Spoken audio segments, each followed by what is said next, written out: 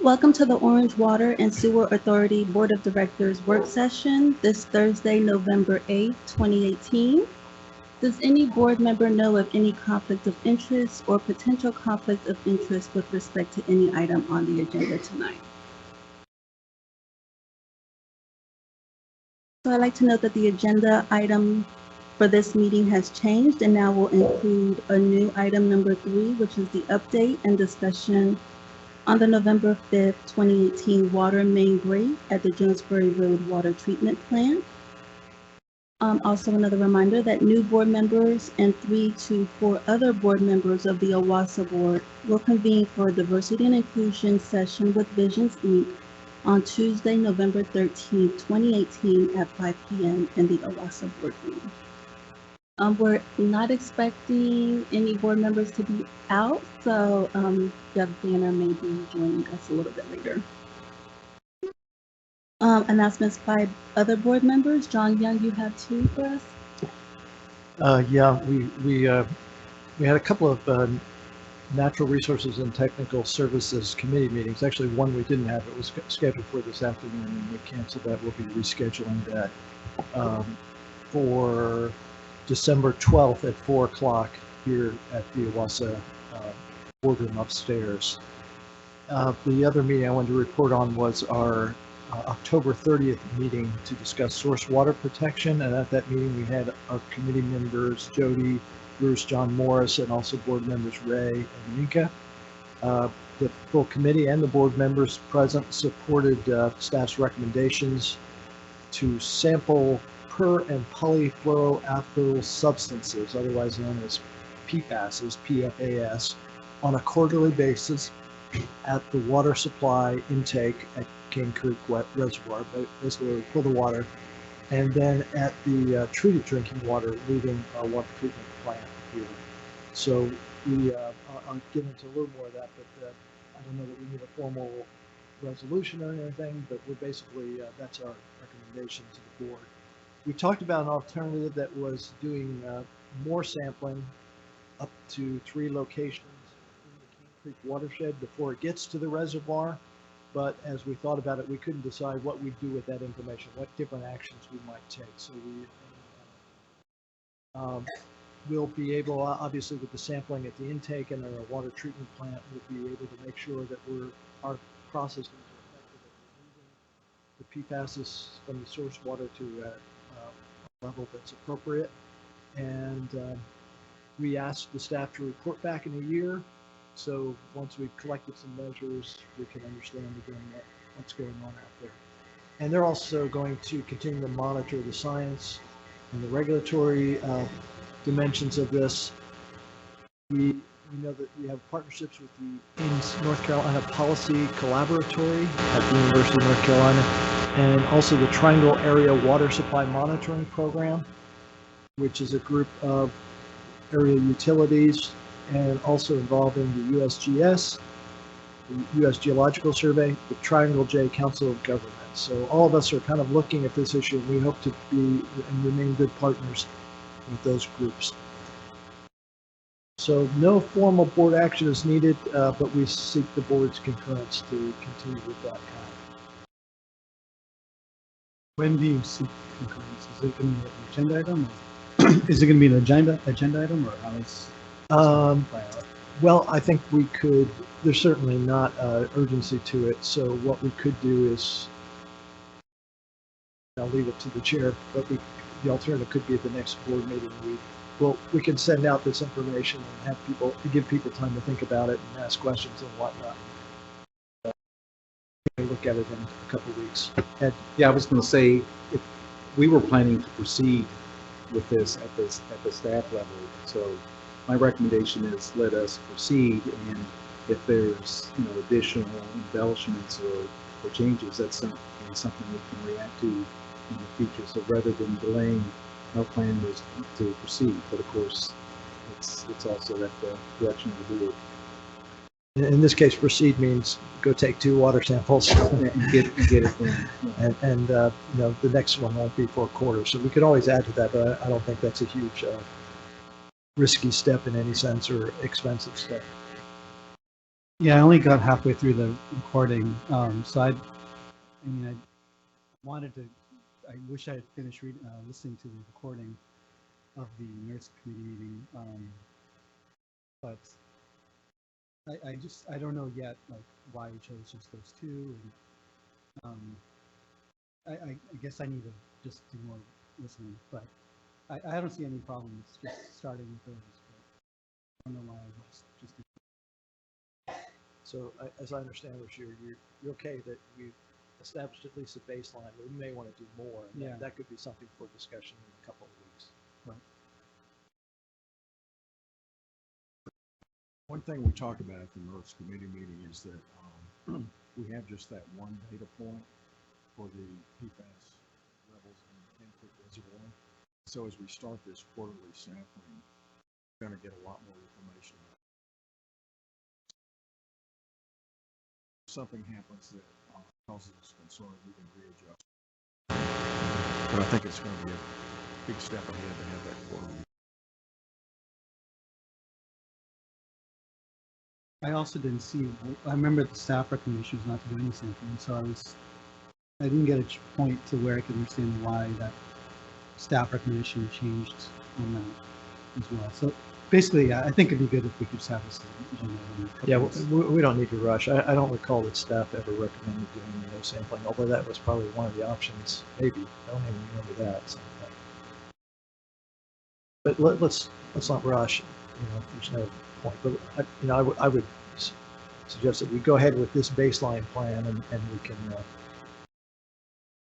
or consider your thoughts on it and other thoughts in a couple of weeks. Shall we schedule it on the 12-month calendar for a full board discussion?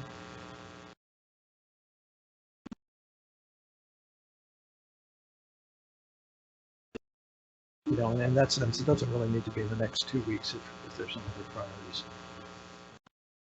You sure you have an announcement tonight? Yeah. The Chapel Hill Town Council and the OWASA Chapel Hill appointees will meet on Thursday, November 15th, 2018 in the OWASA boardroom to discuss items of mutual interest, including this water emergency. The meeting was set at 8:30 a.m.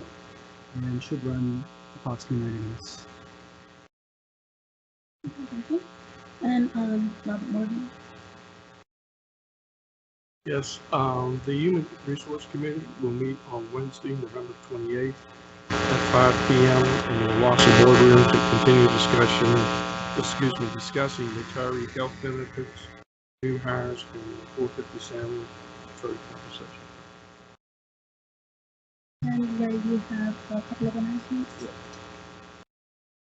The first one is that the Finance Committee will meet again on Wednesday, December 5th, 2018 at 5 o'clock in the OWASA boardroom to continue our discussion of operating expenses, and we'll also review for the first time the planning assumptions proposed for the fiscal year 2020 budget. The second announcement is that Jody Eimers and I have been invited by Penny Rich to meet with her and Mark Markopoulos next week, probably toward the end of the week, at a time and place to be determined. Mm-hmm. Any other board members have any announcements? Staff? No, thank you. Are there additional comments, suggestions, or information from board members? So on our consent agenda, we have one item, which are the minutes from the October 25th, 2018 closed session of the Board of Directors for the purposes of discussing a personnel matter. Is there any member of the public who would like to make a comment on that? Any board members have any comments or would like to pull that item? Can I get a motion in a second? Okay, so moved by John Morris, second by Bob Morgan. All in favor? Aye. All opposed? Okay, that's. So now we're moving on to our regular agenda. We have a resolution designating OWASA's primary and secondary agents and authorizing them to execute and file applications for federal and/or state assistance and represent the organization in all dealings with Federal Emergency Management Agency and the North Carolina Division of Emergency Management. I believe, Steve, you have something for us? That's pretty much the gist of it. You'll recall that we spent some money preparing for and then dealing with the aftermath of Hurricane Florence, and we've begun to meet with the people from the federal, I think I can remember all the words. And in order for us to file claims for the monies that we spent to be reimbursed, we need to have this resolution approved so that Ed and I can represent the organization. Any member of the public would like to make a comment on this item? Board members? I need a motion and a second. Second. Okay, so motion by Bob Morgan, second by Ruchir Borer. All in favor? Aye. All opposed? Okay, thank you. So we're gonna go on to item number 3. We're gonna have an update and discussion on the November 5th, 2018 water main break at the Jonesbury Road water treatment plant. The way this one may work is we're gonna have a presentation. During the presentation, if board members have questions, we can ask at that time.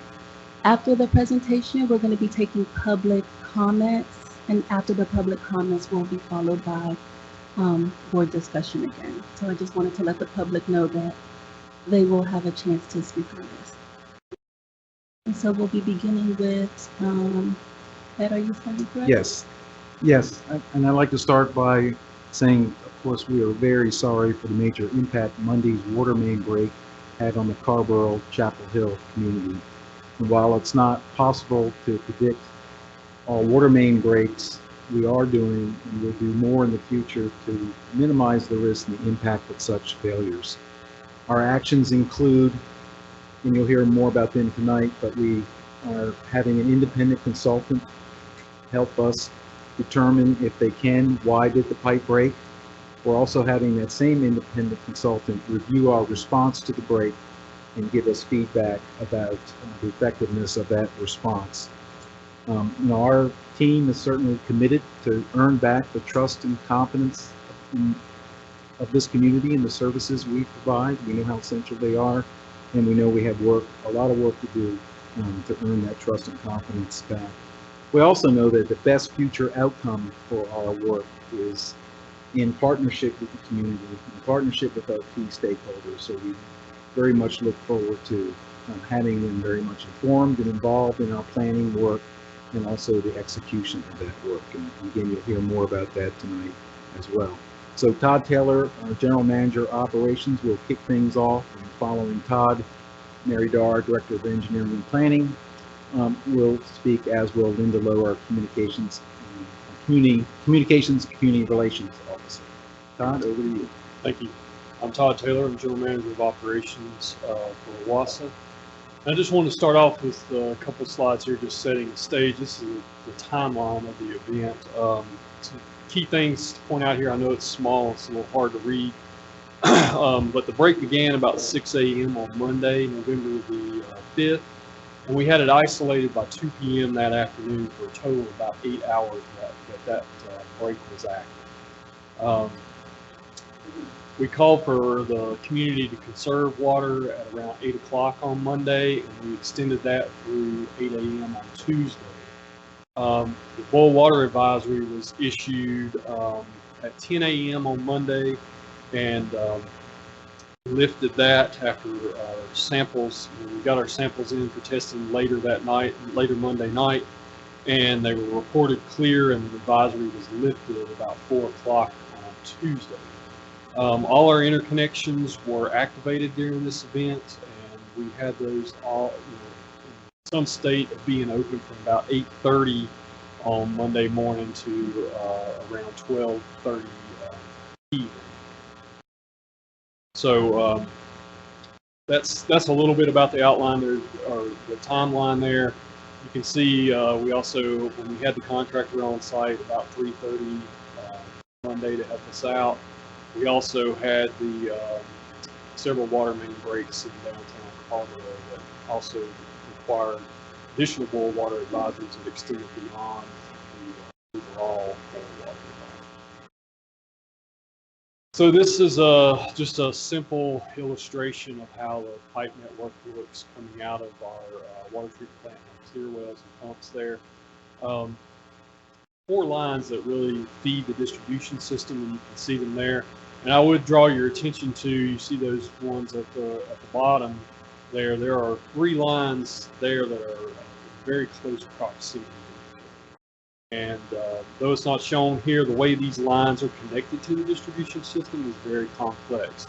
Both of those factors played a role in our response time and ability to isolate the break. The break actually occurred on the far left-hand 16-inch line that comes out of the clear well, and the other 2 lines had to be isolated as well during this event. I wanted to show you this. Yes.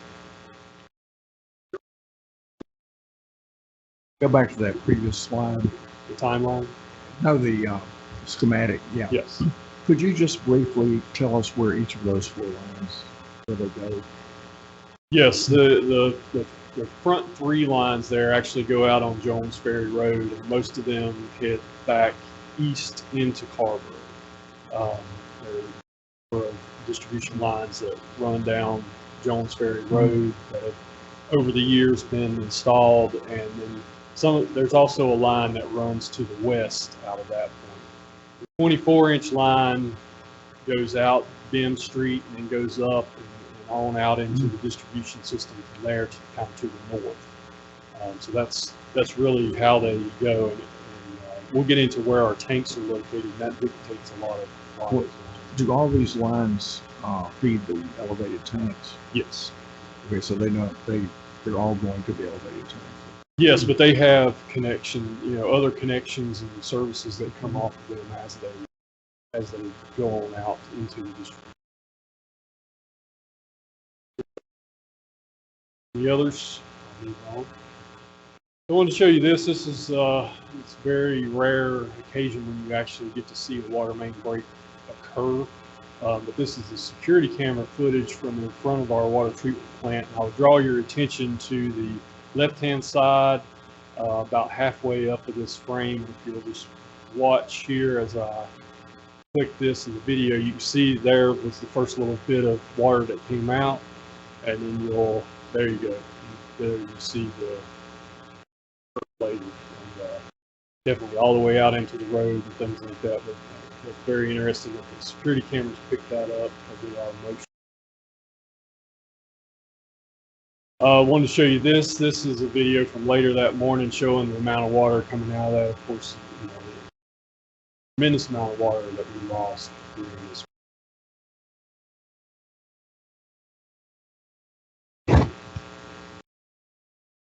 The next photo, I just wanted to kind of show you the smoking gun here, so to speak, of the water main that actually broke. You can see in the arrow there, the arrow is pointing to the location of the break, and this is down that 16-inch cast iron main that broke. That's actually 77 years old. The pipe to the right of that is a storm drain pipe that comes out of the treatment plant area, and that section of pipe had to be removed in order to complete this. I also see the gentleman down there standing on the pipe after it had been excavated further. This was the pipe after we got it out of the hole there, and you can see a close-up of where the actual break occurred, and you can also see there's a fracture that goes down there. This is actually, we got it out, we cleaned it up, and you can see one of our technicians here is actually using the camera that we use to evaluate the interior of sewer lines, to take a video of the inside of the pipe so that we can give that on to our engineering consultants. You can see that crack extends all the way down. You see those bands that go around the pipe there. That was a tap that was put in many years ago on this line but the crack extends all the way down to that. We don't know yet what the assessment is on what caused the break, but we did note that when we ran this camera through here, there was quite a bit of corrosion around that area where the tap. Todd, so it looks like the crack originated at the tap. I mean, there's a couple of cracks that over on the right side, but one of them goes to the tap. Is that correct? We're not sure. Don't know. We don't know if it originated down at the bell end of the pipe where that big hole is in the pipe, and that crack, as the water came out, it cracked the rest of the pipe. This is one of the things we want the engineers to perform an analysis on. Talking with them about that earlier today, although they haven't said it on the meeting yet.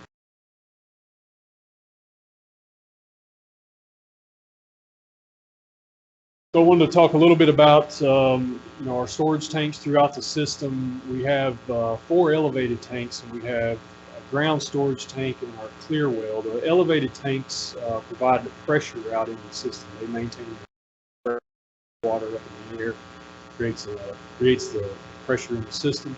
The clear well and the ground storage tank are more for additional storage volume than anything else. These tanks are usually filled at night with the pumps from the water treatment plant, allow them to be drawn off of during the day during periods of high demand. I wanted to show you this. This is the graph that we have of the information we have on our tank levels from the gauges we have out there. And as you can see, the tanks were all full. This is all 6 of those tanks. See on the axis here that's speed of water inside those tanks, and you can see that they're very full going into the event 6 o'clock that morning. And then in a period of about 3 hours, 3 of those tanks essentially drained. And that green line up at the top, that tank, that's normal operation for that tank generally. You can see the clear well. We had a pretty consistent level of water in that tank. We also had a pretty consistent level of water in the Nun Mountain ground tank. You can also see the carburetor tank kind of rebounded kind of quickly there due to some valving operations that we did. And you can also see once there at 2 o'clock, once we had the break isolated, you can see the tanks started filling pretty quickly after that. That whole span there is about eight hours from the time you see the drop over here at around 6 o'clock all the way to where they started rebounding. Yes, sir. The clear well held steady. I guess it was not feeding this tank, the pipe that had the break. Well, it's immediately adjacent to our water treatment plant, so we were running all of our treatment processes trying to keep water out into the system. So that's the first really wide spot in the road that the water gets to. But it has to be pumped out of the clear well out into the system, so it's not necessarily under pressure. So we were able, and the lines to it were not going to it were not compromised. So we were able to keep that level up in there. I mean, during this whole event, and I'll get to it here in a minute, we were pumping a tremendous amount of water out into the system just to keep up with the demand of customers and the leak that was going on. Yes. If the tanks are full in the morning, based upon what I see, they don't have the capacity to last the whole day. They will. We will supplement that as we. But you have to supplement during the day. Sometimes, you'll see that curve, in the early morning hours when people are getting up, that the tank levels will fall and then they'll rise again. If we had a longer picture of this, you could see a normal day, it kind of curves up. Well, I'm just saying that in this event, they dropped rather quickly in three hours. Mm-hmm. We don't have capacity in the tank the whole day without resupplying. Not when you lose that much. Not when we lose. Yeah, well, not when you're losing. Let me get to this Okay. next one here. This might help clear things up a little bit. At 6 a.m. in the morning, we had 6.4 million gallons in storage at that point in time. The leak started, of course, at 6 a.m. During an 18-hour span, this goes from 6 a.m. till 12, which is midnight. During that time, we pumped about 10.4 million gallons of water from the water treatment plant. We kept that going. And then we also imported through our interconnections with Chatham County, Hillsborough, and the city of Durham another 3.6 million gallons. And then, we estimated the water demand using our AMI system to be about 4.2 million gallons. That was just normal people going through the meters, and people were using it for normal purposes during that time. But we estimate that we lost about 9.4 million gallons out just in the week. So then again, if you look again at midnight, we were back up to 6.9 million gallons. So during that whole time, 9.4 million gallons, we average usually about 7 million gallons a day. So yeah, Bob, you're right. It's 6.4 million gallons. We don't have enough just to last a 24-hour period, but we're really concerned about having enough storage to last during that the time that the peak demand and drop, the level is going out. But it's not a whole 24-hour period, because we're going to start pumping again somewhere in that 24-hour period. Water that's coming out. But the tanks drop quicker than tanks would be feeding the system. They wouldn't be. I don't think that the water leak would affect what's in the tanks that way. Well, the water is going to try and go out that path of least resistance, so it's coming out, and what's putting the pressure on it is the elevation of the tank. So the first place you're going to see the drop will be the highest places in the system. So the first indication that you have a leak will be the level in the tanks are going to start dropping immediately, because that water's trying to push out of that hole. So I don't know if I'm answering your question. Maybe a way to ask Bob's question differently is, was the water in the mains flowing back towards the water treatment plant through the hull? Yes. Okay. Yes. Yeah. Okay. Yes. Okay. See if all right. So our response to the leak. Of course, the first thing we wanted to do when we went out was to close off the valves to these three lines coming out. As you can see there, we thought it was the 16-inch line, which it ended up being, but it was difficult to tell because they're all in there together. So we did not know for sure which one of these lines had broken, but we had a good estimate that it was the one on the right or the one on the left. But we decided we would cut off, because if you look down here in the road, these lines are all interconnected, and very complex system of how they all work together. We went to cut off the valves that immediately come out of the plant. So the water that's being sent out into the system, we wanted to stop that part. So we cut those valves off, and the valves, for the people out there that may not know, that's just like the knob on your sink or your tub or something like that. That's what cuts the water on and off, and we've got these kinds of valves all over the system. But also, to what we were just discussing, cutting that water off doesn't necessarily stop the flow of water. So that stopped what was coming out of the plant, but then you have the whole system pressure that's trying to push water back towards you. Once you cut off this, then what's going out, now you have this coming back in. So the remedy to that was to go out and shut off these mains from the rest of the system. Well, if you see at the bottom of the hill there, that's where all the valves are located. So all that water coming down were where the valves were located. So that made it very difficult to go right there and shut this off. So we went out into the system to the next available valves, and we shut those off. But, and at this point in time, we also issued the notice to people need to conserve water. We were experiencing this break and that call for conservation.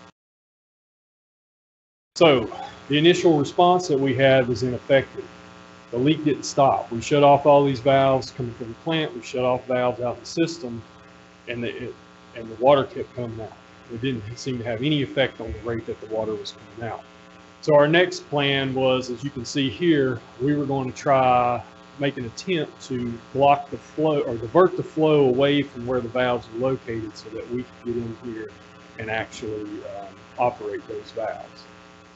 Plan B was also ineffective. You can see us out here in the road trying to turn those valves, but what we found out were that some of them were inoperable, some of them were broken, some of them we couldn't locate very well, and this plan also did not work as far as isolating the break. So this is about the point in time where customers were advised to begin boiling water. We had lost a lot of water in our tanks, and pressure was questionable. So we issued this boil water notice, and I'll get into this a little more in a few minutes. So we'd gone out, we'd gone in, so we went out further, and we had been trying to avoid this all along so that we wouldn't put customers completely out of water or minimize the amount of customers we had that were completely out of water. But however, we had to move out, we had to go to these other valves out in the system, and finally we were able to isolate the break. So whenever we have a water main break or we have pressure loss, it necessitates the need we need to go out and we need to take samples out of the system to make sure that the water quality has not been compromised during this event. But with a lot of businesses and schools closed, that limits the availability of places to take these samples. So therefore, we had to carefully plan out where we were going to go and take these samples in the distribution system. So our initial sampling plan was to go out and we took 43 samples across the distribution system. Very fortunate, all these came back clear for any kind of bacteriological contamination, and we were able to lift the boil water advisory at 4 o'clock the next day. But that sampling, it's a process and it takes some time, so 18 hours is about the shortest window you can have to where you know the results on that. And then as a precaution, Tuesday morning we went out and took 25 more samples at some of these locations and some additional sites, just to be sure that we had done a thorough job of making quality. These samples, also, all 25 of these, also came back as absent.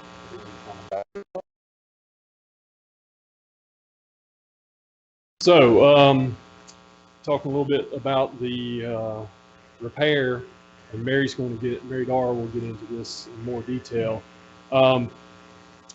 We elected to mobilize a contractor to make this repair, and a lot of that was due to the difficulty we were having with isolating the break. We could concentrate on isolating the break while the contractor was mobilizing equipment to the site to make the repair. Also, the depth of the excavation, you can see those big shoring boxes and things in there in that pit. It was very deep to get down to these lines. You see that very large excavator. They need some big equipment to be able to complete this repair. Also, it was a complex repair with everything that was inside that area there, with the storm drain pipe and manholes and other things that were located there. And we also wanted to make sure we had the resources to respond to any other water main breaks that might occur while we were trying to make this repair. But just because we had the contractor on site didn't mean that we weren't busy. Once we got the leak isolated, we were working on dewatering this big hole now that was full of water. And I wanted to show you this. This video was from that time when we were trying to pull that out. As you can see, there's water boiling up in there. we never did get the leak 100% isolated. By some valves or something in the system, but we're about 99% when it was all said and done. As I was saying before, we did have a couple of water main breaks that are probably attributable to all of the stress that was being put on the distribution system with closing these valves and the leak and everything else. So we did have to issue a couple more boil water advisories for these particular areas because we completely had to shut these areas down to repair those breaks. And then, of course, we had to clean up the mess. So there was a lot of mud and debris out in the road. So we spent a lot of time cleaning that up and trying to get everything back as close to back to normal as we could. Of course, we're still working out there today on some of this with the contract. And now I'd like to turn it over to Mary Dar, who will talk a little bit more about the pipe repair and the look ahead. Thanks, Todd. Hi, Mary Dar, Director of Engineering and Planning. And Todd covered a lot of the pipe repair, but I'll just go over a few more details. As Todd mentioned, we knew the repair was going to be challenging because of the location, because of the depth. So if you look at the picture on the left, I've got a circle around where the break was. The hole's 12 to 14 feet deep. That's a pretty deep excavation, requires special trenching, shoring. So initially the hole was very large. The contractor was working in so that we could determine which of the pipes was leaking. On the right-hand side, you can see where I circled that break that Todd mentioned earlier, and the water continuing to come out of the leak. We did a contract with Moffett Pipe. They're a contractor that works with us frequently. They're currently doing our Rogers Road project, Pritchard Avenue, Rosemary Street. So it's a contractor we're very familiar with. They have helped us in emergency situations in the past, and so we are very, very grateful for them jumping on site. We contacted them early Monday morning. As Todd said, they could work on mobilization, getting crews on site, heavy equipment on site, their shoring boxes, start contacting their vendors about possible repair parts, and how, not knowing exactly which pipe we were going to be fixing, but they were making preparations, whichever pipe it was, or multiple pipes, that we were going to be ready to repair that as quickly as possible. So you can see it was getting into nighttime. We contacted them first thing in the morning. They were starting to arrive on site with their equipment in the afternoon. They worked around the clock, have been working around the clock since Monday on this repair. So you can see the night work. On the left, their shoring box, the hole has gotten a lot smaller. They've isolated the single pipe. They're able to start filling the hole back in and just keep the trench open to where the pipe that needed to be repaired is. On the right-hand side, initially we did have to close Jones Ferry Road in both directions as we were isolating the break. Once we got the flow of water down out of the road and the contractor was able to get their equipment on site, we were able to open one lane with flaggers, Jones Ferry Road, on Tuesday morning, and they maintained, the contractor maintained that flagging service continuously through the project. We have been able to open the road back up. Occasionally we have to close it back down again for some of the cleanup and site repair work, but Jones Ferry is again open. Here's a little bit about a few pictures of the actual repair itself. So remember that pipe that had the hole in it, the photo on the left, you can see the contractor has the repair parts in place. So you can see the stick of pipe there sitting in the roadway. It's got a valve on it, and they're preparing to lift it. They've cut the broken piece of pipe out and they're gonna lift that repair piece into the hole. And then on the right-hand side, you can see that repair piece in the hole. The workers are attaching it to you have to cut back until you have good solid pipe to connect to, and so that's what you see. You're looking down into the trench. We were able to get the initial repair complete at about 4 a.m. on Wednesday. We still had to bring the piping back up, some of the pipe up to grade, fill the hole in, and do site restoration. So this picture is from earlier today where they started to bring soil back in all the material in that large hole that they had to dig out was wet. We had to haul that off. We do want to thank the town of Carborough, I think, helped with a dump truck late Monday night with that removal of soil. We had to bring all new dry soil back in to fill back into the hole. Right. So that's, and I'll stop back. Any questions on the pipe repair itself? Yes. So why did you put the repair pipe in the same location? We had to tie back into the two endpoints.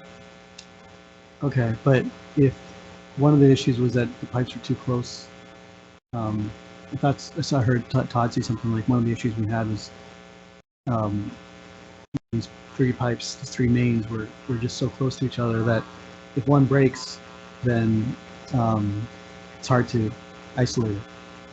So we're repeating the same problem by putting in a repair pipe in the same location.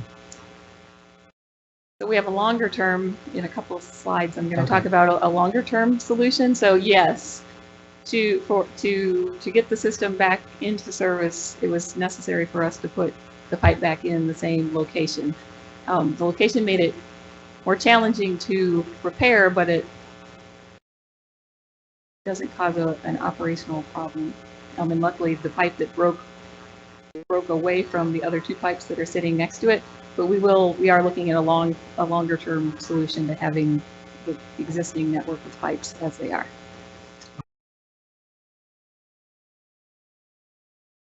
All right, and Ed mentioned we do know that the two key questions that we're going to be asked is why did this pipe break, and why did it take 8 hours to isolate the break, allowing so much water to leave our system. So we'll be contracting with an independent consultant to come in and ask and answer these questions. The consultant will have unlimited free access to all of OWASA's records, the supervisory control and data acquisition, the SCADA system that Todd was showing that monitors our treatment plant, our work order records for our distribution system, any of our record drawings, interviews with staff.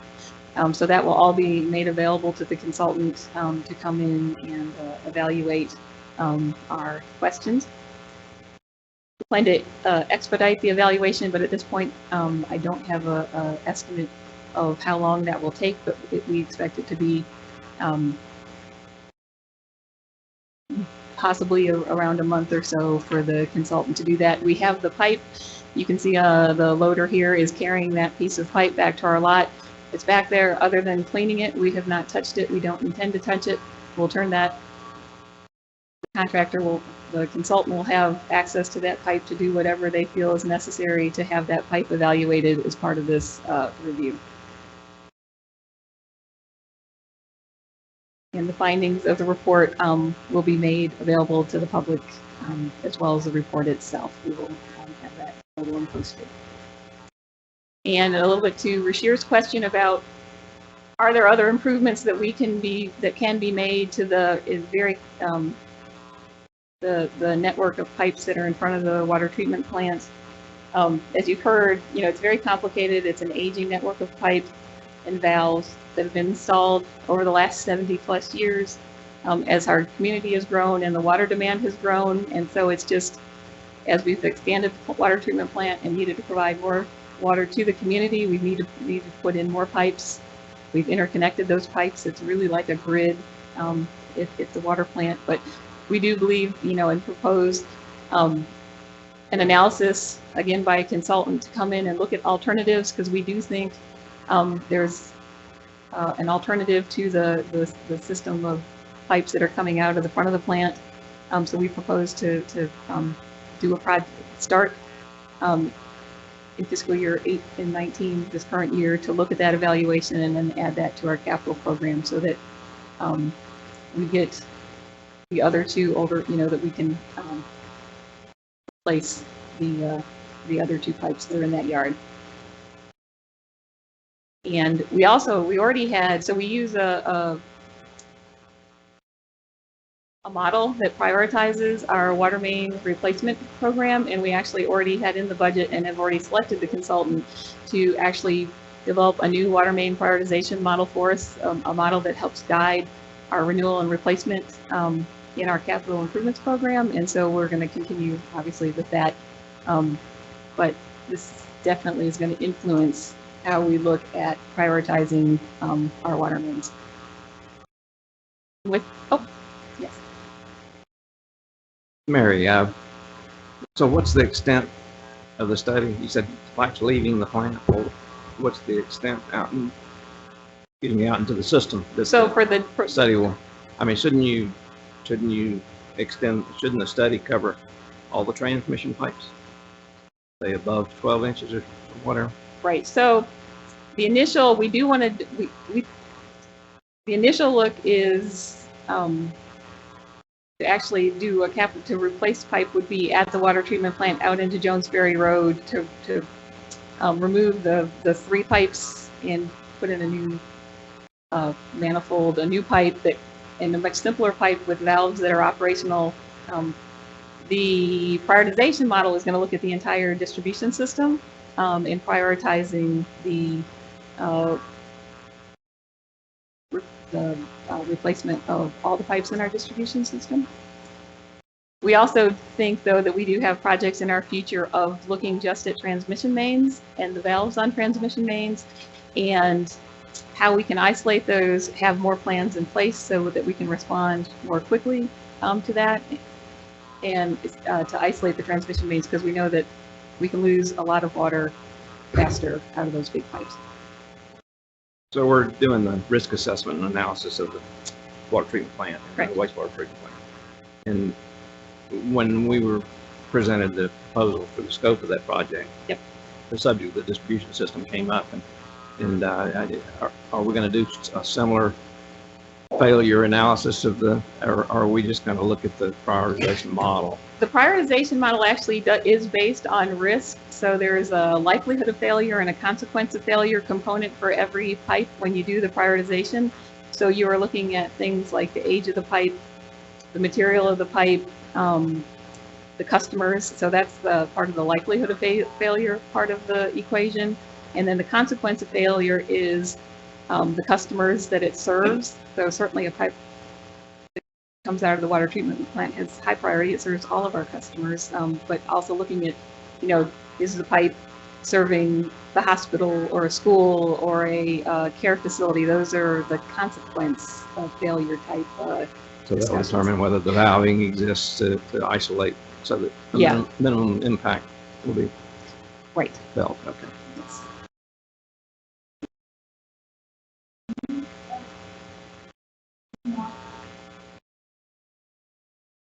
That's correct.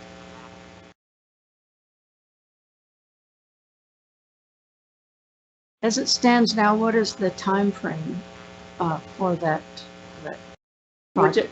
We're just in the scoping right now, so I would say it's easily probably a year away before we get the final model back in-house. There's a lot of work and discussion that goes into that.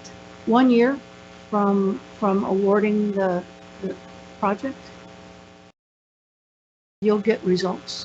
We get results, and then the results then are made into individual capital projects where we actually start construction.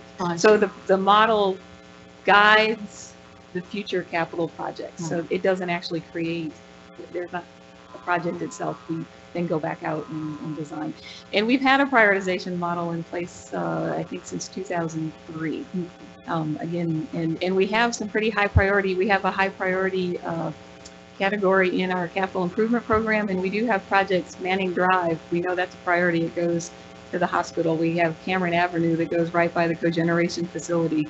The Dobbins Drive out Fordham Boulevard is a main transmission line. So we have in our current capital program quite a few large diameter, high priority water lines that model has recognized that we needed to go replace.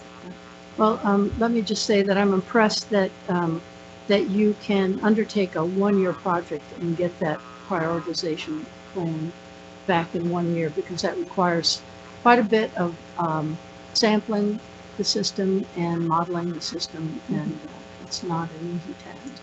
And I'm guesstimating, we're still scoping it, but I'm sure it's a year. Yeah. Yeah. And things, the tools that we have in place are our geographic information system, our GIS. Having databases available makes a process like this much easier versus, spreadsheets and other methods. So having our asset inventory in an electronic format is very useful, as well as our work order management system that tracks the breaks on our water mains.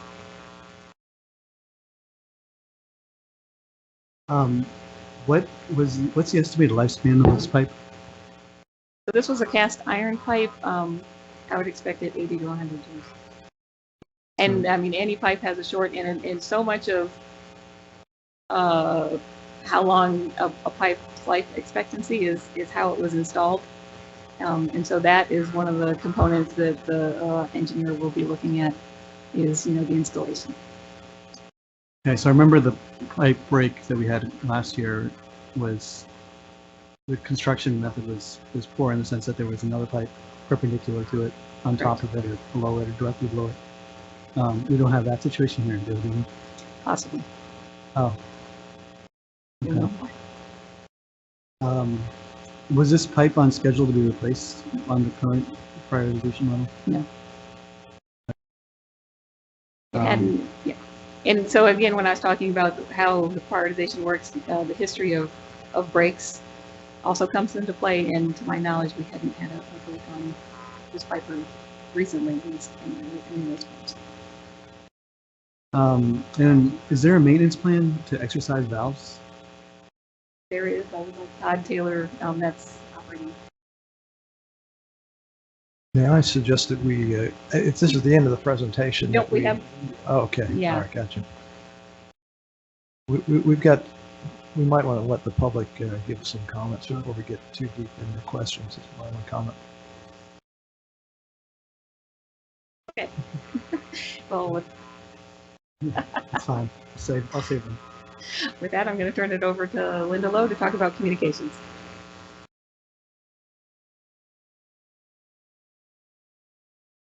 Hi, so we know that access to water is of course critically important, and we also know that access to information is important, especially when events like these occur. So I'm going to tell you what we did to try to ensure that we provided information to people that they needed to know as best as we could this week.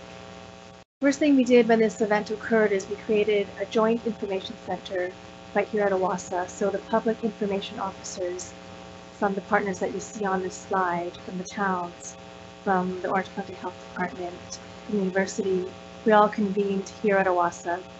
And collectively, as a joint information center on this incident, we agreed that these would be our goals: to coordinate our messages so we could accurately inform customers, the public, of the situation and events as they unfolded, to provide information regularly. On day one, it was hourly. On day two, it was sort of every 3 or 4 hours. Our goal was also to share the information that we had when we had it to our customers, the public, our partners, and the media. And of course, their viewing and listening and reading audiences. And then finally, our goal was to be responsive to questions that came in to all of us, whether it's OWASA directly or the towns or the county, from the public and our community partners and stakeholders. At OWASA, we have a number of what I would call proprietary communications channels. So if you're an OWASA customer, you would have received a few OC alerts from us, and those were explained already by Todd, informing customers to conserve, up to boil, when the conservation was lifted, when the boil advisory was lifted. We also shared information on our website, and the lift was extraordinary. We normally have about 350 users that visit our site every day, and on Monday, on day one of the incident, we had 31,000 users come to our site. So they were very self-sufficient. They discovered that we were updating our website every hour on the hour, and they knew to come to our site to get the information they needed if they had access to the internet. We also used our Twitter feed, and we tweeted regularly.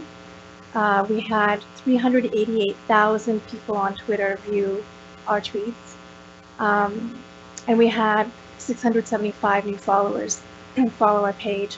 To give you a bit of context, before this weekend, we had about 1,300, so 1,300 people following us. And over a 2-day period, we had almost 700 new people following us, again, because they were seeking this information they needed to know, when they can stop conserving, when to stop boiling water. And what we saw as a result of that, because we were more effective in communicating information to the community, we saw, although our call volumes did increase, normally we get about 70 calls a day coming into customer service. Day one, we had 290. This was far less than perhaps previous major events. And what that did is less call volume to the call center and to our staff internally. It ensured that they had the time they needed to focus on what they needed to do. So how did 31,000 people know to come to our website? How did almost 400,000 people view our tweets? Cannot say enough how thankful we are to our community partners that we work with so closely when they work to amplify and help cross-promote our messaging, to help inform the public, inform our customers, inform the community. So this is just a sampling of the community partners that we worked with to coordinate our messaging. The library, the Chamber of Commerce, the school district, you name it. And you might be wondering, what did people want to know the most? So definitely people wanted to know, what is a boil water advisory? Also, we work together as a team collectively across our partners, not only to share essential information, but to quell misinformation. So we started to see questions come up and comments being made about the fact that the polling station that was scheduled to be at OWASA on November 6th would be closed, which wasn't the case. So collectively, at OWASA, we communicated this was not the case. Orange County communicated this was not the case. All of our other partners, we wanted to be sure that everybody knew, this site is open, and of course, you have the information you need as pertaining to what's happening throughout this event.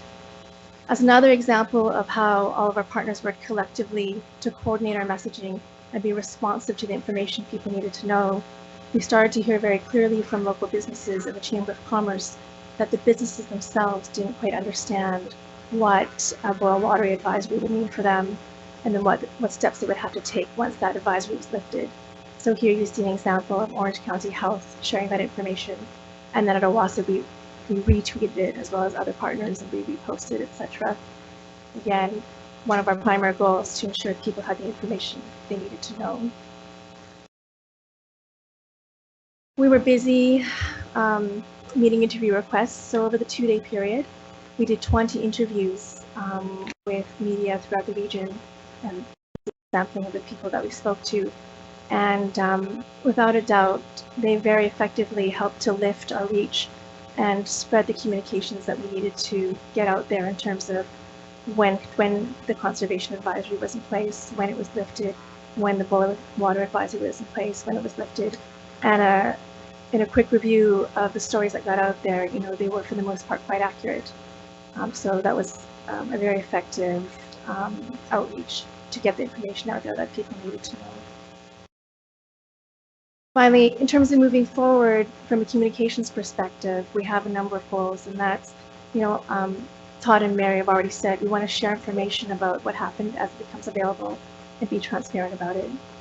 We want to meet with the community and invite their input and participation into the decision-making and plans moving forward in terms of understanding local water and wastewater priorities. And we want to share those future plans. And I think we've all said, again, we will want to work really hard to earn back the community's trust. So with that, I'm going to hand it back to Ed.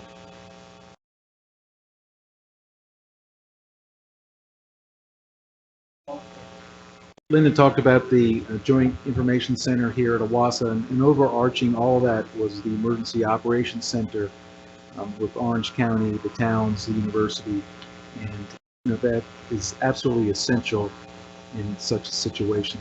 And Linda said, we're extremely grateful for all of our partners, the role they played in managing the community through this situation. So again, we apologize for the disruption. Very much appreciate all the support we've gotten with all of our partners, and appreciate our customers' patience and understanding as well.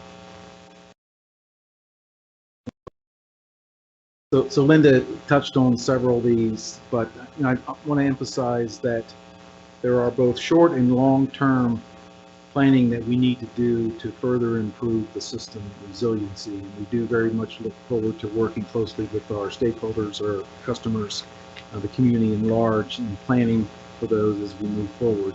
And we're absolutely committed to be open and transparent in all that we do, and we'll be providing regular updates on all of our work moving forward.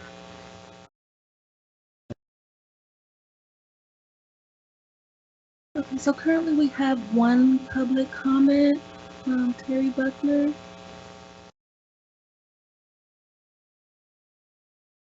Good evening. I just came to share one communication problem that I had and that I heard from others.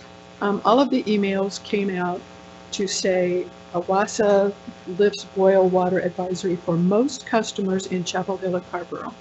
But a lot of us don't live in Chapel Hill and Carborough, and we live in Orange County. And so I heard a number of people saying, we're not affected because we don't live in Chapel Hill or Carborough. So I think that's something that as you review the communications going forward, you really need to consider that we're here too.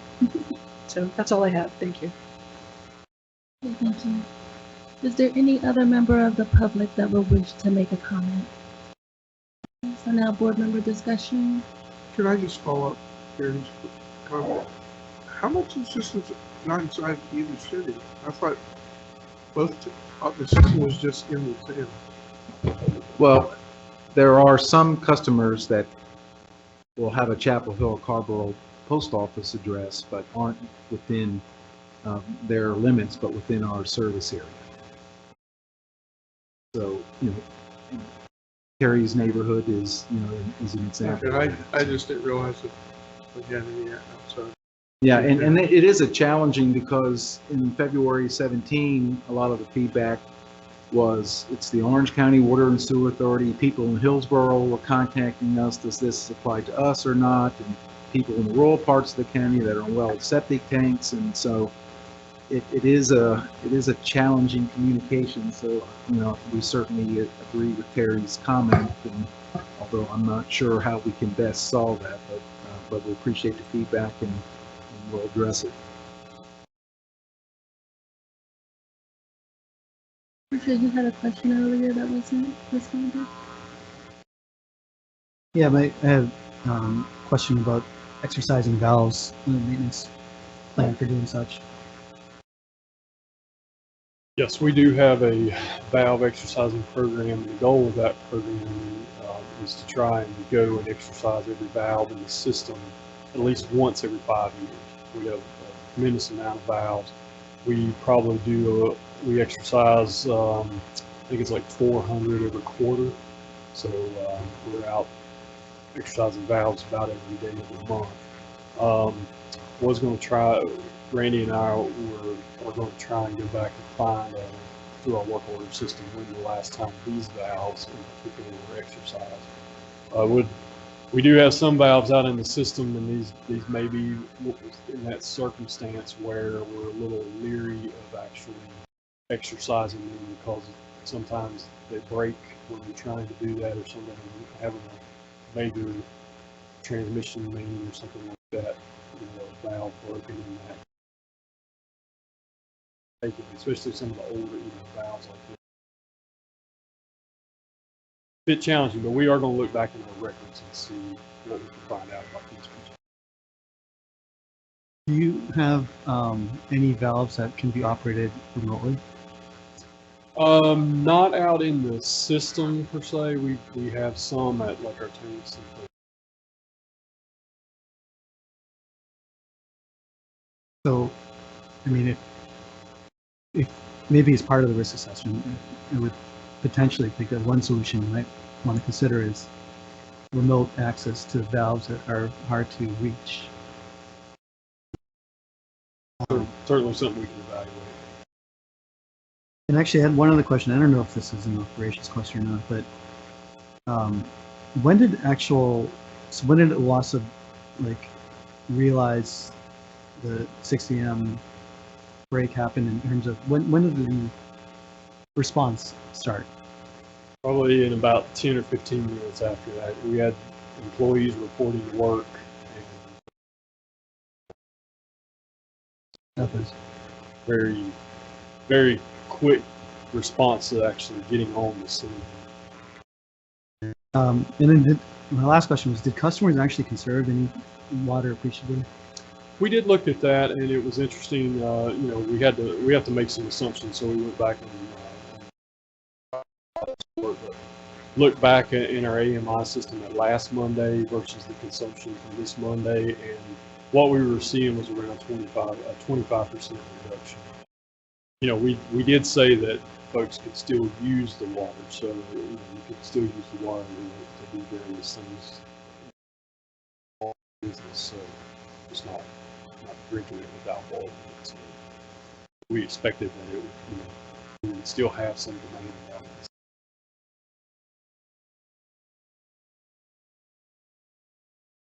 this. So, John and members. Thank you, Rashira. Your questions are great ones, by the way, so I appreciate them. In fact, I want to continue on one of your lines about the valves. Yeah, I'm just listening, and I'm not an expert in this, but it just raises some questions for me. If we have fear of exercising a valve, isn't that a valve we should be replacing rather Yes. than ignoring? Probably so, yes. Okay. Is 5 years cycle to exercise? Is that an industry standard? Or how does that compare to industry standards? I don't know that there's an industry standard per se. That's kind of what we did with just workload management. We have one valve exercise approved, so that's about what they can accomplish. It's more based on available resources. Right. Well, I hope we'll go figure out sort of what's a good standard for that. And I wonder if there's different cycle times depending on the criticality of the valve. I mean, this must be one of our most critical valves in the system, I would gather, you know, in the distribution system for it. And maybe that deserves a slightly different. I agree. There may be a layer in there of where we need to create a critical valve list that gets exercised every year. Yeah. Okay. Okay. That was one thing. The pipe age at 80 years. Same kind of question. If it's at 80 years and it's clearly one of the most critical pipes in our system, it just for me raises the question why it wasn't kind of on our radar in the CIP plan. Maybe these are questions for later, but the more we can answer now, I think is great. I don't have a great answer to that. I agree. Age is part of the component. All the pipes in our current prioritization model get a score, and the combination of age, break history, for whatever reason, in this instance, there are other pipes that have higher scoring than these. So does that say something about the state of our distribution system with an 80-year-old pipe that is critical is not sort of prioritized? I mean, should I be fearful about other? About the. Yeah. I'm only going back to our history of breaks, and you know we have a key performance indicator, and not all breaks are equal, right? This break was not a break in a residential neighborhood. The overall history or the overall rate of breaks in our distribution system is at about the median of the benchmark for the industry. So looking, if I step back and looking at our system holistically, it seems like we're in line with other utilities, but it doesn't. Good questions. I think that's one of the things we're excited about just completely. So we're not just updating our existing prioritization model, we're creating a brand new model. And these are the kinds of questions that we want to work with the consultant and others to as we're developing this new, new way to prioritize our system. If, did we have sort of advanced knowledge of the vulnerability of this layout, including the valves or downstream? Better. Is that, because you could look at it pipe by pipe. Right. But the actual vulnerability and risk here is sort of in the design of the. Agree. I Network. personally had never thought about that water's going to flow downhill, restricting our access to those breaks, to the valves. One of the things, that actually is the way that the pipes are all networked together, and you can, if you can get to the valves, if the valves work, in theory, these 3 pipes, we should be able to route the water to the other. It's a great manifold system, which you would think that's actually a good thing. We have many options, but if you can't make your options work, then it's not. Well, I know Ray mentioned that, we did talk about in the risk assessment. Yep. Whether we should expand that project to include the distribution system and maybe the water supply system and feeding that to the treatment plant. Obviously it's time to take a look at that question. Agreed. And I think one thing I would be interested in seeing, perhaps my fellow board members, is the scope of the study that the independent consultants will be doing, so we can look at that and maybe offer some suggestions around that. The scope of the evaluation of why the pipe broke, or of, Yeah, I'm mixing 2 things. Yeah. or and then there's the prioritization model study.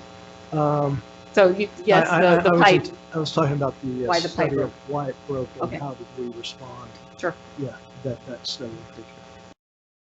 If I may, with one last question, and I'll close my laptop. Thank you, Jody. Can you just sort of, not you, Mary, necessarily, I don't think this question's for you, but just walk through the decisions that are happening from 6 a.m. to 9 a.m.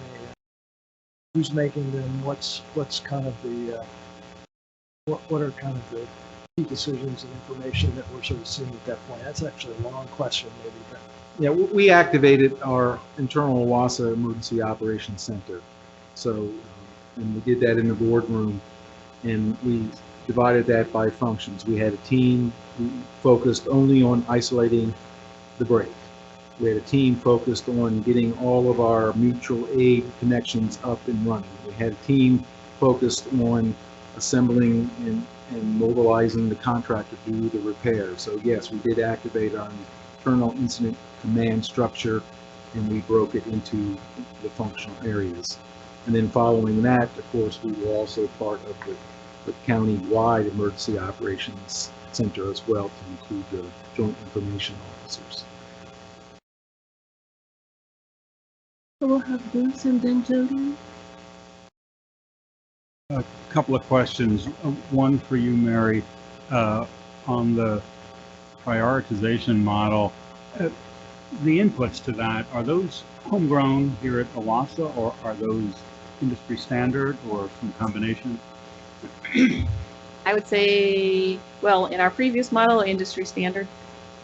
There may be, I would say, Mm-hmm. Okay. I'm just trying to think of something that would have been OWASA specific, but I can't think of one. The other 2, I guess, are for Todd. On the issue of the valves, some being broken or exercised, you made another comment, which was it was hard to find the valves. Was that because the water was flowing on top of them, or was that a location problem? You didn't actually know in your database where they were located? Yes.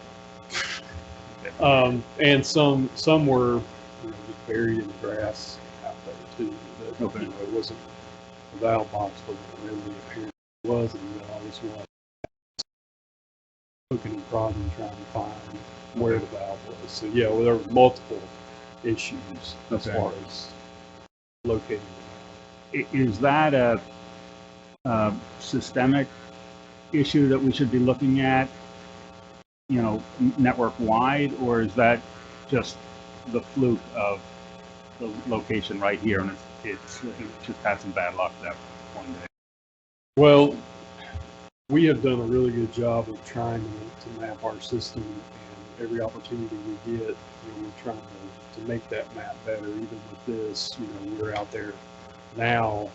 As one of the things that Randy was working on today was to identify all the valves that that we had to shut off to make this work. So we've got that sitting somewhere with our on-call team, so if they get called in with this, they know where to go and find all these valves. But every day in the system is also, the environment's changing. Road gets paved, valves get paved over.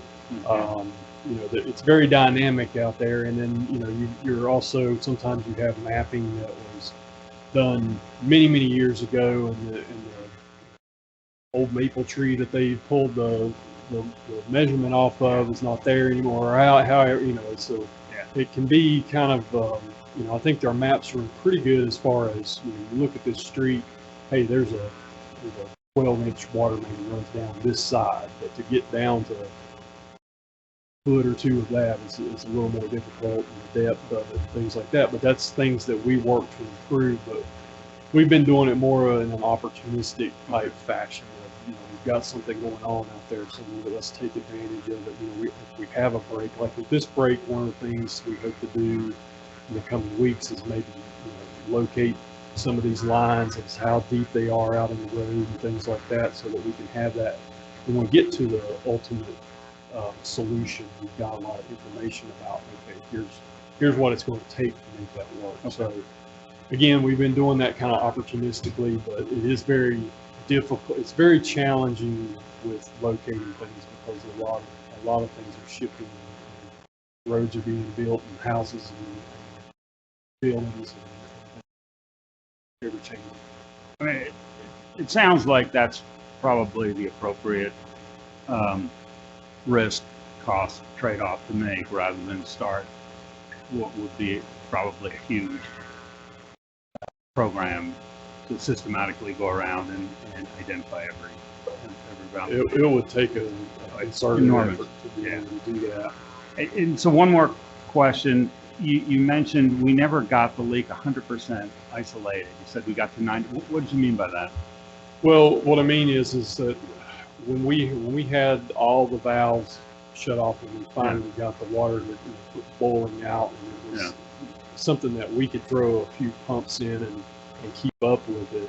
What I was saying was that the whole time there was still water coming out of that pipe, so that would indicate that maybe the valves weren't seating all the way or something like that. So there was still water getting by coming into this. This pipe. But there would that wouldn't be another leak underground somewhere that you have. It was actually coming back out of the pipe out into out of the pipe. Okay. I'm going to ask Mary Dar to pop up if I can, because Todd talked about it being an enormous project to GPS locate our infrastructure in the geographic information system, but we are undertaking that. And Mary, if you could just maybe give a brief overview of the hard work we've been doing for the last 10 plus years and it's a long haul, but we are working to get to the finish line, or I guess you never get to the finish line. But Mary, start over. Please. Right. So yeah, we actually do. So we have 2 engineering technicians in our engineering department.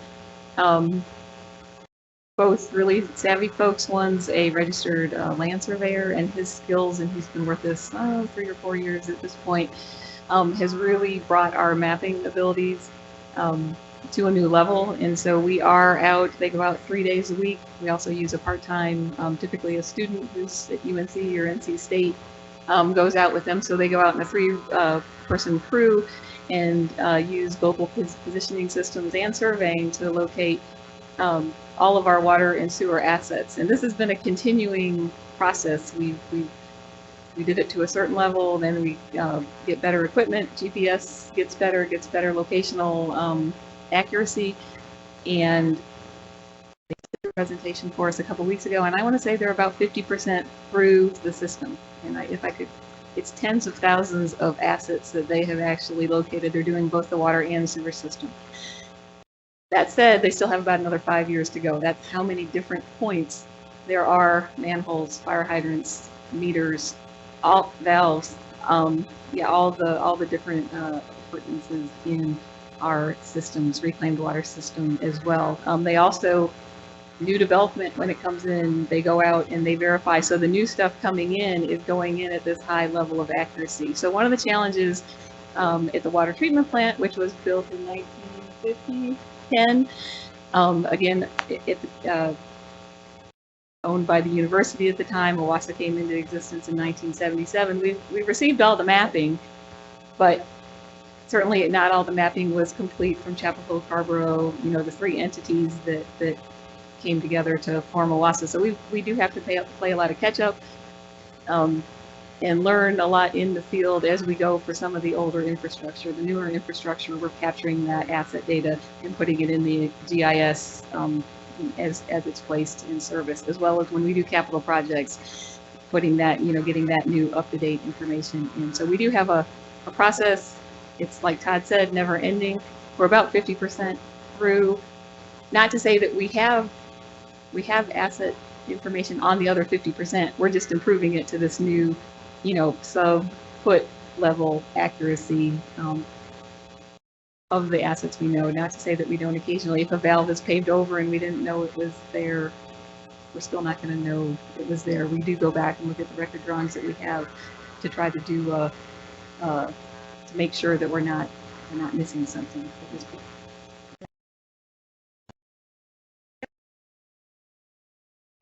Mary reminded me that also on our valve exercising equipment, we have GPS location. So whenever we go out there and we exercise that valve, we are getting the GPS position on it, but again, we can't find the valve still. Todd made me think of something. So this is the teamwork we have between operations and engineering as far as identifying and locating assets is, I think, really special at OWASA, and I can't say that other utilities have the level of cooperation we do. As soon as somebody in operations is out in the field and they go, wow, this doesn't look like the computer, you know, what is on my computer screen, they're in that same day talking to our technicians.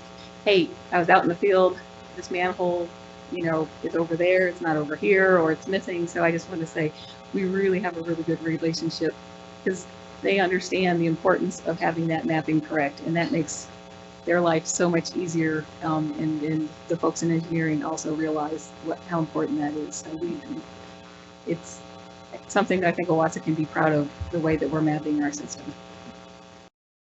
So we have Jody and then Ray. So I'll make 3 quick points. One is to follow up on something you said, John. I would like for the board to have an opportunity to look at the scope of the CIP plan for this this hydraulic model of the pipe distribution system.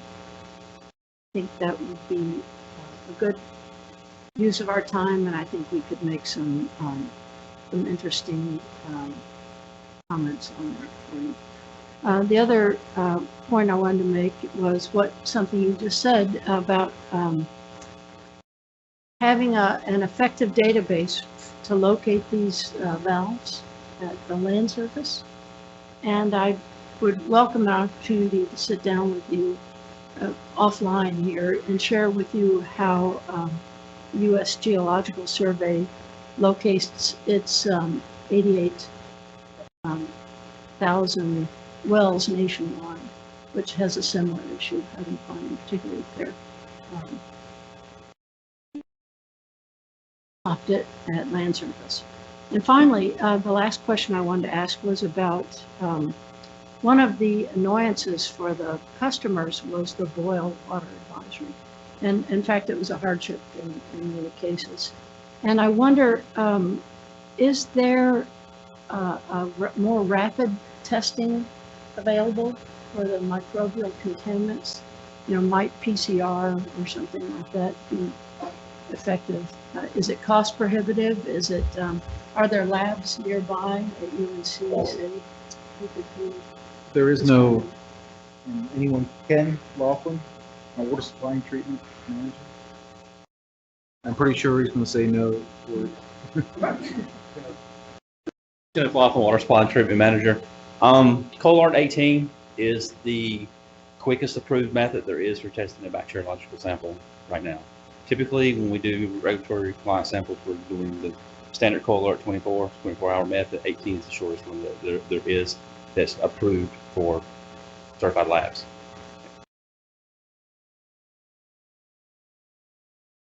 Ray and then Bob. I don't have any questions. I do have some comments, so I just want to reflect on what's happened over the last couple of months. We had two very significant weather events, Hurricanes Florence and Michael, and they were separated by a couple of weeks. And it seemed like now here, a couple of weeks later, we had this this incident, emergency incident, and I guess I think I can speak for the board that we recognize the staff must be mentally and physically exhausted, but probably ready to go again tomorrow if it happened again. And just really can't say enough about how much we appreciate the efforts there. And another thing, I think the board needs to keep this in mind. It wasn't that long ago in February 17. The February 2017 event wasn't that long ago, and we're still seeing agenda items discussing things in response to that incident. It was going to be for a long time, and this incident just adds another layer, significant more work. But I think the board needs to continue to recognize that this is our core business. To have this this interruption in drinking water services to the entire community is really hit on our reputation, and we need to do what we can to turn that around and earn back the trust of the community and fully support all the efforts of the staff. But I think the board members need to realize that this has got to be the #1 priority moving forward, and whatever we can do to support that, I think, would be in order. My question has to do, was it 10 million gallons that we lost? The estimate, I think, was 9.4. Yeah, so almost 10. Did we have any effects downstream, flooding between here and? I know we dispatched crews to look at that. I don't know, Todd or Randy or anyone comment on that. I know we're having people come in, clean the stormwater collection system. Todd, anything to? No, we did not have any reports of any flooding or anything like that. It actually downstream with sediment and all that. Expected, but fortunately, no, we did not have any sort.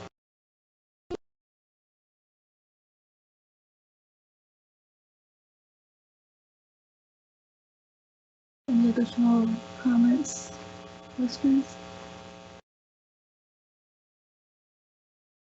And right now, on the 12-month board calendar, we don't have placeholders and agenda items, but certainly as we continue with our planning work, they'll be appearing. And as I said, we'll work hard to keep the public fully informed of our work and involved in our work. So it's in a very dynamic state right now, but I assure you, your 12-month schedule will be full of items related to this, and we appreciate your feedback tonight, your guidance tonight, and we'll report back soon our nearer term action plan followed by our longer term action plan. In addition to the independent consultant review, we'll do, as we always do, is our own internal after action review and the various elements of our preparations prior to and response to the event, and we'll of course share that with you as well.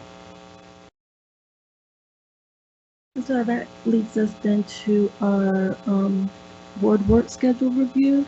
And I know, Ed, you said there was temporary comment? Yeah, I'm so very sorry. Bob reminded me. I meant to announce earlier, and I know you saw an email on this, that the Chamber of Commerce is hosting a meeting this coming Monday at 9 a.m. And I believe currently it's scheduled at their office off Estes Drive. Depending on the number of people that may turn out, it could be moved to the Chapel Hill Library. But the Chamber of Commerce is hosting a meeting with their membership and OWASA and the Orange County Health Department. I think it would be good to have board representation there along with staff. I know Linda Lowe, Bob Epping, myself, other staff will be attending, and John Young, I know you'll remember in February 2017, you participated with me and others in that event. So if one or more of you are so inclined, I think it'd be great if you're able to turn out Monday at 9 o'clock. And Bob, thanks for reminding me. And I know I was going to attend, so I didn't know if there was any other board members who wanted to show up, but that invite is out. So if more board members do attend, what do we need to put out like a notice, or we just, this is the notice?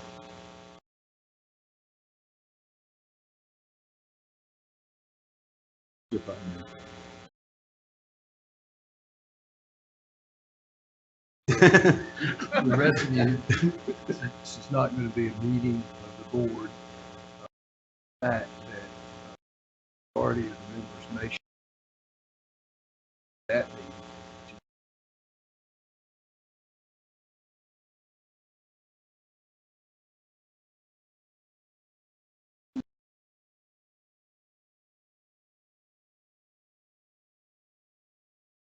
So then we'll just go ahead and review our,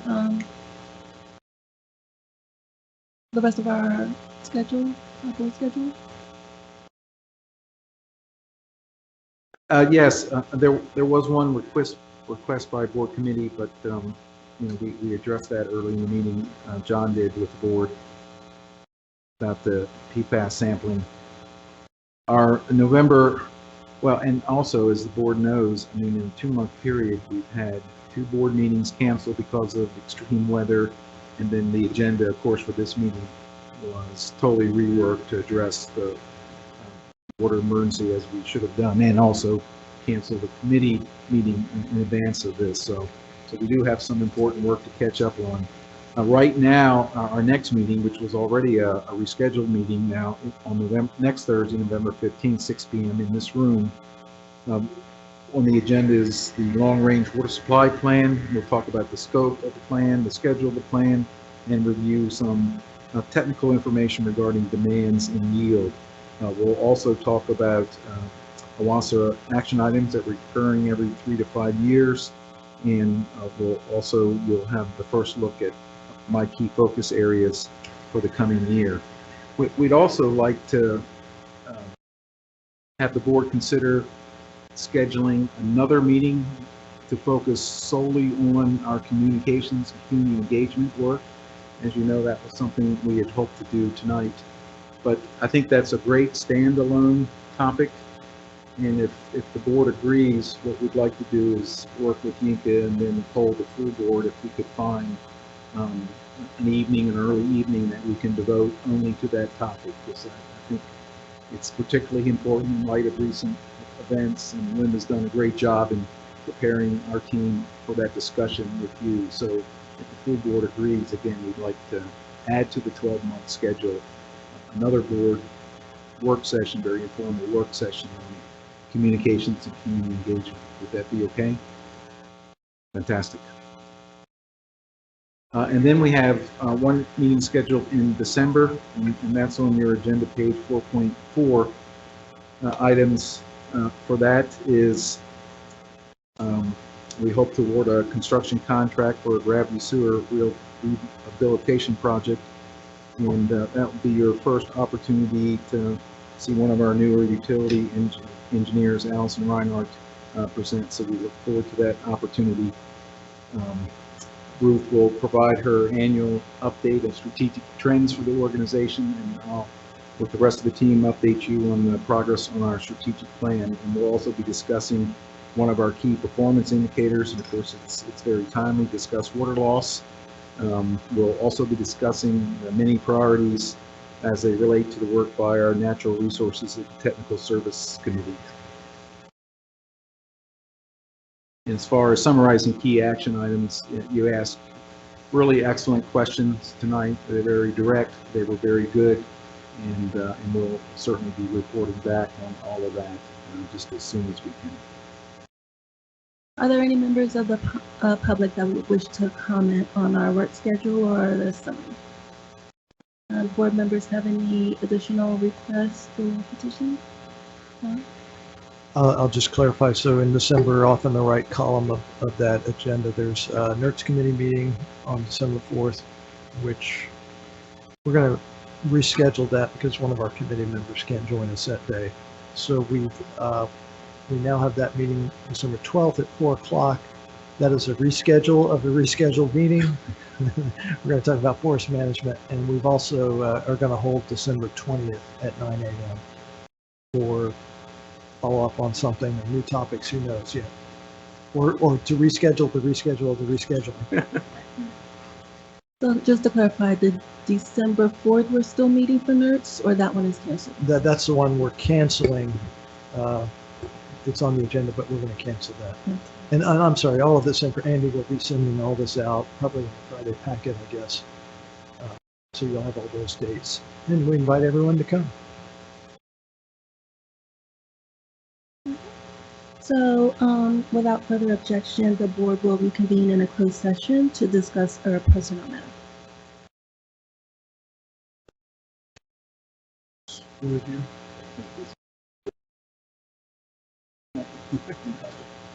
Thank you for reminding me about it. Good job. You did it well. Did you pass it down? No, just one. One's for you and one. See what you mean about the knees.